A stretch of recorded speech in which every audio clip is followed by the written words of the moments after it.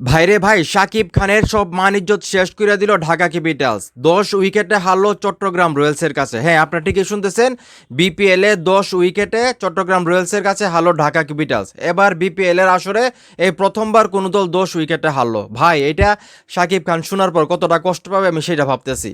আমরা প্রত্যেকটা সাকিবিয়ান যেখানে ভাবছিলাম এবার বিপিএলে ঢাকা ক্যাপিটালস মানে ম্যাজিক দেখাবে, তারা ভালো ক্রিকেট খেলবে, হয়তোবা তারা চ্যাম্পিয়ন না হোক ফাইনাল পর্যন্ত যেতে পারবে, এবং সেইভাবেই কিন্তু মেগাস্টার শাকিব খান দলটা গুছিয়েছিলেন।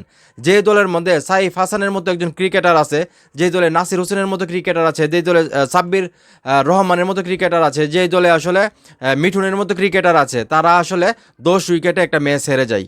এবং প্রত্যেকটা ম্যাচে তাদের পারফরমেন্স আসলে বলার মতো কোনো কিছুই নাই। এত টাকা ইনভেস্টমেন্ট কইরা এত একটা ভালো দল সাজায় যদি তারা এই ধরনের ক্রিকেট খেলে, তাহলে আসলে শাকিব খানের কষ্ট লাগারই কথা।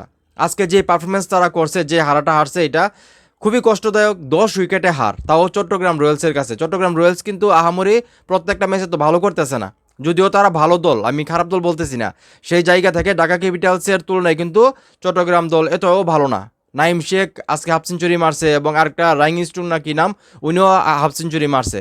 যেখানে 122 রান করতে ঢাকা ক্যাপিটালসের 10 উইকেট চলে গেছে, সেইখানে চট্টগ্রাম রয়্যালসের 1 উইকেটও পড়ে নাই, তারা এমনিতেই মানে জয় পেয়ে গেছে 10 উইকেটের। তো চিন্তা করে দেখেন ঢাকা ক্যাপিটালস কী খেলা খেলতেছে। যেখানে আমরা প্রথমে ভেবেছিলাম যে ঢাকা ক্যাপিটালস হয়তো বা ফাইনাল পর্যন্ত যাইতে পারে, সেখানে এখন আসলে মানে তাদের যে পারফরমেন্স সেই হিসেবে মনে হচ্ছে না যে তারা ফাইনাল খেলতে পারবে। আমি বুঝতেছি না যে আসলে তাদের ফর্মের কি হয়েছে। এত ভালো ভালো ক্রিকেটার, তারা রানই করতে পারতেছে না, ভালো বোলিং করতে পারতেছে না, ভালো ফিল্ডিং করতে পারতেছে না। এই দল নিয়ে আসলে স্বপ্ন দেখা বুকামি। মানে শাকিব খান আসলে এবারও কি ভুল করলো নাকি আমি বুঝতেছি না। গত আসরে তো খুব বাজে ক্রিকেট খেলছে ঢাকা ক্যাপিটালস, এইবারও সেম একই অবস্থানে আছে। আমার তো মনে হচ্ছে যে তারা ফাইনাল কি, তারা তো আসলে দ্বিতীয় রাউন্ডে যেতে পারবে না, ফাইনাল তো পরের কথা। মানে এটা কোনো কথা হইলো ভাই? মানে পুরো একদম মাথা হ্যাং হয়ে গেছে গা।